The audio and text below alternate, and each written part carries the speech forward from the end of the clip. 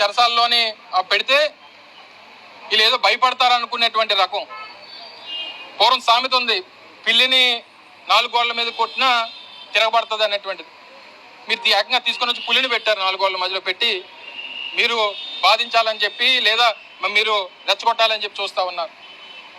పిల్లి తిరగబడితే మరి పులి ఎంత రకంగా ఉంటుందో అనేటువంటిది రేపు బయటకు వచ్చిన తర్వాత, రేపు ప్రభుత్వాలు మారిన తర్వాత ఏ రకమైనటువంటి పరిస్థితి ఉంటుందో అనేటువంటిది దయచేసి గమనించండి.